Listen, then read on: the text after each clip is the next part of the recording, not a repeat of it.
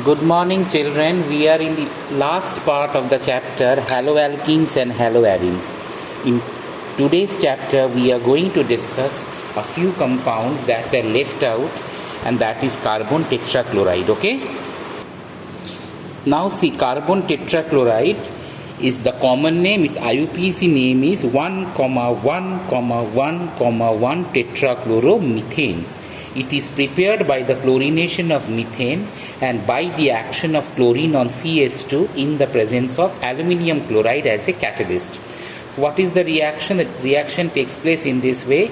We have carbon disulfide CH2 that is made to react with chlorine. In presence of aluminium chloride, we get CCl4 and S2Cl2. S2Cl2 is sulfur monochloride. Another method of reaction is that if I take methane and react that with 4 molecules of chlorine, I get CCl4 and HCl. CCl4 is carbon tetrachloride and HCl is obtained. It is simply obtained by the process called as substitution reaction, in which hydrogen is getting replaced with that of the Cl2. In this, hydrogen is getting replaced with that of the CH2. In this way, the whole reaction proceeds. Now the first thing is that properties. Now carbon tetrachloride is a colorless liquid with a boiling point of 350 Kelvin, and it is also very much sticky smell. That is, it has a characteristic smell. By this characteristic smell, we can easily identify carbon tetrachloride. So I can say that CCl4 is a colorless liquid with a boiling point of 350 Kelvin, and it has a type of sticky smell. Uses: it is produced in large quantities for use in the manufacture of refrigerants and propellants for aerosol cans. Okay, for refrigerant and propellants for aerosol cans. It is also used as a feedstock in the synthesis of chlorofluorocarbon and other chemicals. Okay, it is used as a feedstock in the synthesis of chlorofluorocarbons and other chemicals. Pharmaceuticals and manufacturing are generally used as a solvent. There is some evidence that exposure of carbon tetrachloride causes liver cancer in humans. So just remember, carbon tetrachloride is actually cancerous, and too much amount of carbon tetrachloride is always harmful for our health. The most common effect are the dizziness, light-headedness, nausea and vomiting, which can cause permanent damage to the nerve cell, Now when carbon tetrachloride is released into air, it rises to the atmosphere and depletes the ozone layer. So that is one of the greatest disadvantage of use of carbon tetrachloride, that it is being used and it depletes the ozone layer. So just remember that carbon tetrachloride is used as a refrigerant and as propellants for aerosol cans, but the greatest disadvantage is that although it is used as a refrigerant, but it is actually depletes the ozone layer, and as a result it is harmful for our environment. Right? So that was about that study of carbon tetrachloride in a nutshell. After that, we have the next compound that is called as freon. Now, freon is chlorofluorocarbon compound of methane and ethane and are collectively called as freons. It is manufactured from carbon tetrachloride by the Schwarz reaction. If you remember, in the Schwarz reaction, what we have done, that we are substituting the one halogen with that of the other. In the same way, we have taken carbon tetrachloride, which is a sticky liquid and is colorless and has a boiling point of 350 Kelvin, that is made to react with SbF3. What is SbF3? That is terbium trifluoride. On heating, in presence of SbCl5, we get CCl2F2, that is called freon, and SbCl3. We get CCl2F2 and SbCl3. That is the way by which freon is manufactured. Okay. After that, we'll discuss the properties. Under the properties, we have, it is a dichloro-difluoromethane. That is, its IUPAC name is 1,1,1,difluoromethane, or it is simply called as freon 12, and is one of the most common freon in the industrial use. They are extremely stable, unreactive, non-toxic, non-corrosive and easily liquefiable gas. That is, extremely stable, unreactive, non-toxic, non-corrosive and easily liquefiable gases. They are also being used extensively as a propellant. One important use that is that it is used as a propellant for aerosols and foams to spray out deodorants, cleansers, hairspray, shaving cream. Use of freon is reduced and banned because they are responsible for ozone layer depletion. One of the greatest disadvantages is that it causes the total destruction of the ozone layer. So I can say one of the harmful effects of ozone depletion is this compound that is called as freon. So well, you can just see that it is been extensively used as a propellant for aerosol foams and to spray out the deodorants, cleansers, hairspray, shaving cream. Use of freon is been reduced and banned because they are responsible for ozone layer depletion. Okay children, now the next compound we are going to discuss is DDT, that is called as dichloro-diphenyl trichloroethane. That is called as dichloro-diphenyl trichloroethane. So here you could see the structure of DDT, that its name is PP-dichloro-diphenyl trichloroethane.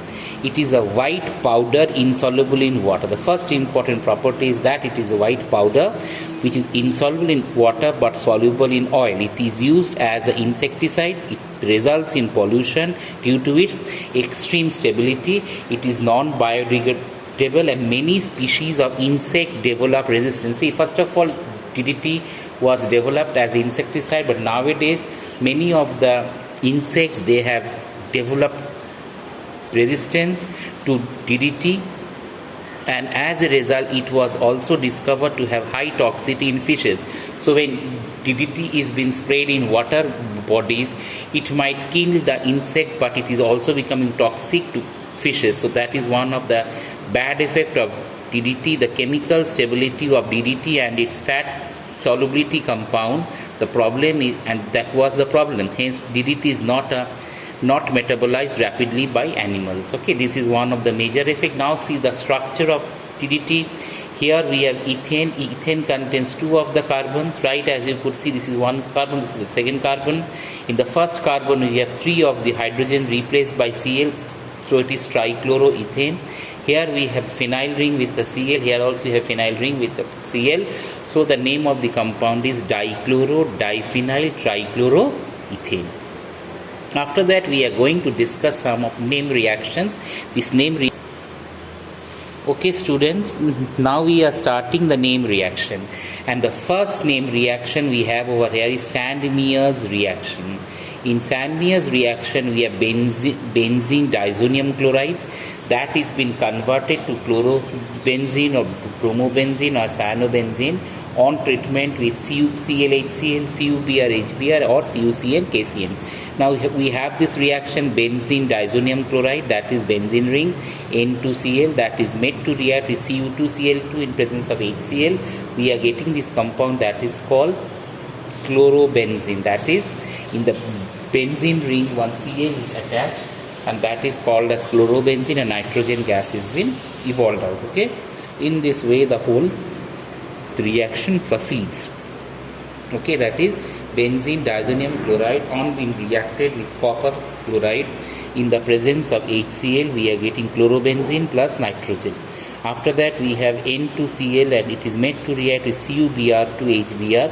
We are getting that is called as bromobenzene plus nitrogen. Third reaction we have the benzonium disonium chloride that is made to react with CuCN. In presence of KCN we are getting cyanobenzene plus nitrogen. So in all this reaction what is happening, benzene disonium chloride is being replaced either by a halogen. If I take CuCl to HCl we are getting that is called chlorobenzene. If you are reacting with CuBr to HBr we are getting that is called as bromobenzene and nitrogen. Now the other reaction we are getting is N2Cl that is made to react with CN and KCN, we are getting cyanobenzene plus nitrogen. Now next reaction we have is Finkelstein reaction. In Finkelstein reaction, chloroalkanes or bromoalkanes are converted into the corresponding iodoalkane by treating with sodium iodide dissolved in acetone. So we have taken ethyl chloride that is made to react with NaI. In presence of dry acetone we are getting ethyl iodide plus NaCl. We are getting ethyl iodide plus NaCl. This is how the reaction proceeds. Next we have CH3CH2Br plus NaI. In presence of dry acetone, we are getting ethyl iodide CH3CH2I plus NaBr. This is how the reaction proceeds. Okay. So there is exchange of halogen. Now the next named reaction we are having is Wurtz reaction. The application of this reaction is to increase the carbon number in a compound. So alkyl halides, when they react with metallic sodium in the presence of dry ether, it forms alkenes. This reaction is used for the preparation of higher alkenes. For example, CH3Br, sodium plus CH3Br, when it is made to react with dry ether, it forms ethane CH3CH3 plus NaBr. That is, the carbon number I had started with a single carbon compound. Now I am getting a double carbon compound, that I am getting NaBr. Now next reaction we have CH3CH3Br.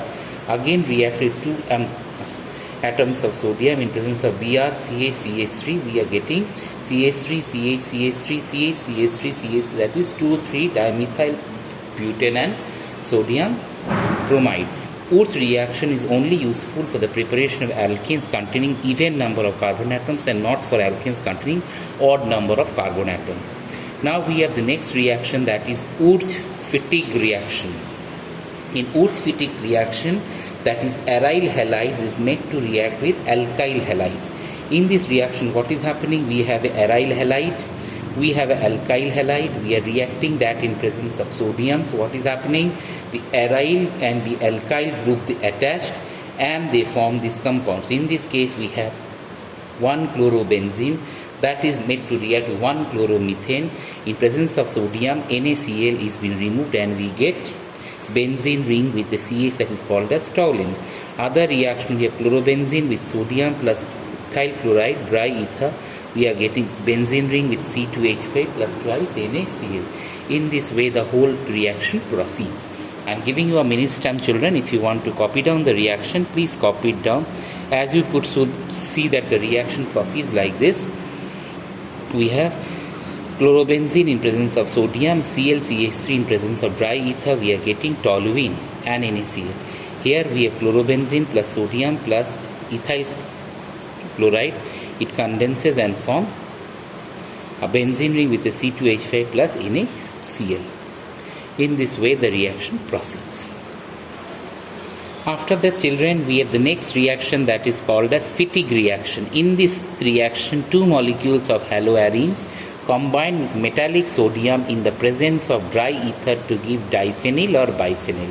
This is the reaction. We have chlorobenzene in presence of sodium. These two join together and they form biphenyl or diphenyl and NaCl. This is how the reaction proceeds. After that, we have the next reaction, that is called as Friedel-Crafts alkylation. In Friedel-Crafts alkylation, benzene or any other aromatic compound, they react with alkyl halides in the presence of anhydrous aluminum chloride to form alkyl benz. We have benzene that is made to react with CH3Cl in presence of anhydrous aluminum chloride, and it forms toluene, that is a benzene ring with the CH3 attached to HCl. Then we have toluene that is made to react. Now suppose we had toluene instead of benzene. In that case, what will happen? The CH3 group will attach over and form orthoxylene and that of paraxylene. These are the two compounds by which it will be formed, either ortho or that of para. Okay. Now the next reaction, we have the Dawes process. In the Dawes process, when chlorobenzene is treated with aqueous solution of NaOH at 623 Kelvin, 300 atmospheric pressure, sodium phenoxide is formed, which on acidification gives us phenol. So we have chlorobenzene that is made to react with NaOH, aqueous medium, temperature is 623 Kelvin, 300 atmospheric pressure. We get this compound, that is sodium phenoxide, that on acidic hydrolysis changes to phenol. Sodium phenoxide, that on acidic hydrolysis changes to phenol.